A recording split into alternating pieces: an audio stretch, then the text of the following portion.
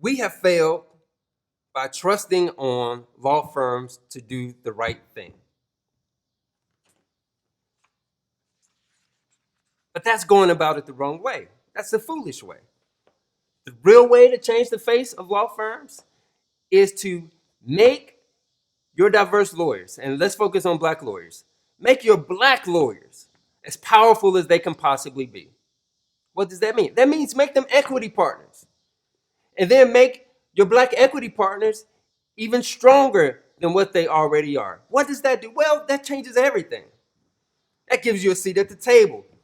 That allows you to make hiring decisions. That allows you to decide who works on what, who gets the depositions, who gets to go to trial, who gets to argue the opening statement, who does the closing statements. And so it baffles me that we have not focused on this as a legal community yet. Instead, our preferred method is to say, look, I want to make sure Mr. White male, older curmudgeon type, that when I give you this big piece of litigation, that you make sure that Lindsey works on the file. And that's fine. It keeps me busy. But it's not equity. Who has the power in that relationship? Is it me or the person who's assigning me the work? You got it. You figured it out. So how do we do that? How do we empower black lawyers to become equity partners and the black equity partners to have even more power? Well, we go back to origination credit. That's why I explained origination credit to you. The only way to do this is to make sure that your black lawyers get origination credit, that they get credit for bringing in the work. So how do we do that? Okay, Lindsey, all right, I think I'm understanding. Origination credit is really important. Okay, I got that. And we have to get origination credit to black lawyers so they can move from non-capital partner to equity partner. I got that. And the equity partners who are black already, we have to get them bigger books of business because then they can influence the cultures of their firms. I got that. But Lindsey, you have an answer. Well, how do I do that? Well, one thing you have to do is change the way you view black lawyers as outside counsel. I can't tell you the number of times I've talked to in-house lawyers who said, you know what, Lindsey, I would love to hire you, but I can't hire you because we don't have this particular type of complex contract breach of contract action involving technology in the Northern District of Illinois or in the Circuit Court of Cook County and Chicago, Illinois. Let me translate that. Lindsey, if I find a case where we need somebody with your subject matter expertise in your area, then I'll give it to you. So in-house lawyers tend to view black lawyers for their technical skills, their technical subject matter expertise. But we need for you to shift that view because that's not how the law firm system works. I need for you to view black lawyers as relationship lawyers, meaning, Lindsey, I have this matter in California. I know you don't live in California. I know you're not barred in California, but does your firm have somebody in California that can handle this particular piece of litigation in this particular county in LA? Absolutely, yes. Now, in your mind, you may be thinking, well, why would I do that? Why don't I just go to the lawyer in California? It's because if you go to the lawyer in California, I do not get the origination credit that I need in order to become a powerful partner at the law firm. That is the ball game. That is how it works. That is how it works. So let me be even more specific. So you should keep credit top of mind when you're making hiring decisions. So not only do you call me and say, hey, Lindsey, I'd like to hire your firm. You got a subject matter expert in this particular area that does this? Great, wonderful. Give that person to me. But learn to send these sorts of emails. Lindsey, I'm hiring your firm not because of anybody else. I'm hiring your firm because of you.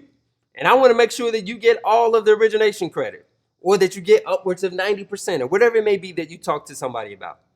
And I'm happy to have a call with somebody at your firm who wants to fight you about it. Why is that? Well, because what you don't see, the sausage that's being made in the background, is that there are fights about origination credit all over the place. Because origination credit gives you a ticket into the equity partnership ball game.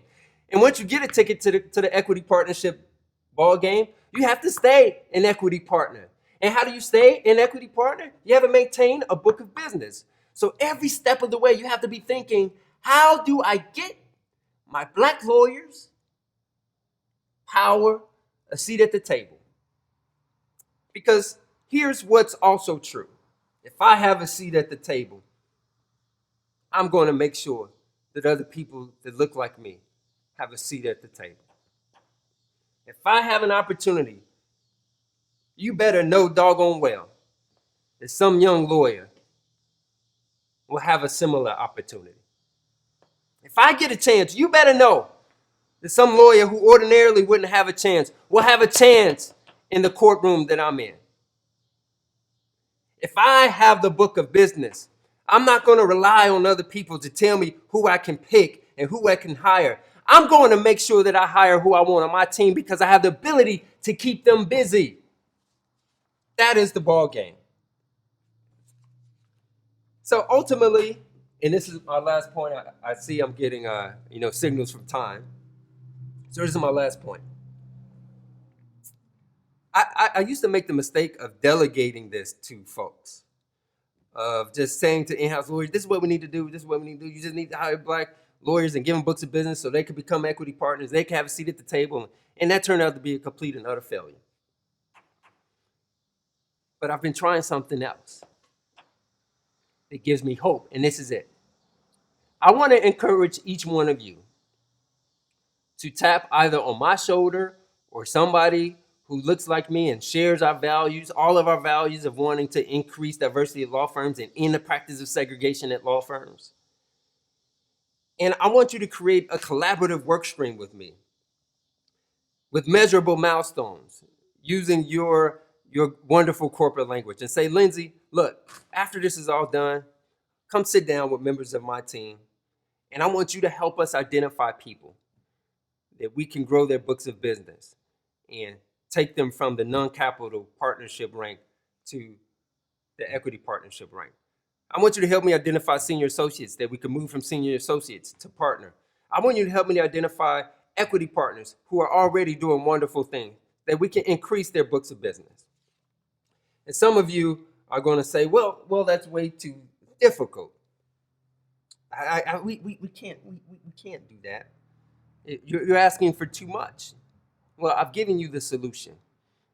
Whether you choose to use it is on you. But I am reminded, because I knew some of you would say that. I see you pointing at me.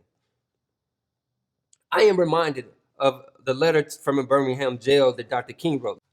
And I'll let you read this on your own because Shai is giving me the wrap-up signal. But basically he says, I must confess that I'm not really as disappointed with members of the KKK. I'm more disappointed with the white moderate who is more devoted to order than to justice. Sounds a little familiar. Oh, Lindsey, we would love to give you the work, but they've been our institutional client. You mean the institutional client that you got when my mother was in Clarksdale, Mississippi, and my grandmother wasn't allowed to read? That institutional client, that institutional partner. Yeah. The white moderate who is devoted more to order than to justice, who constantly says, I agree with you. Lindsey, I agree with you that we should stop segregation of law firms, but I can't agree with your methods of direct action. And the problem with that is that we are running out of time. I'm already more than halfway through the middle of my career, and I'm not a capital partner yet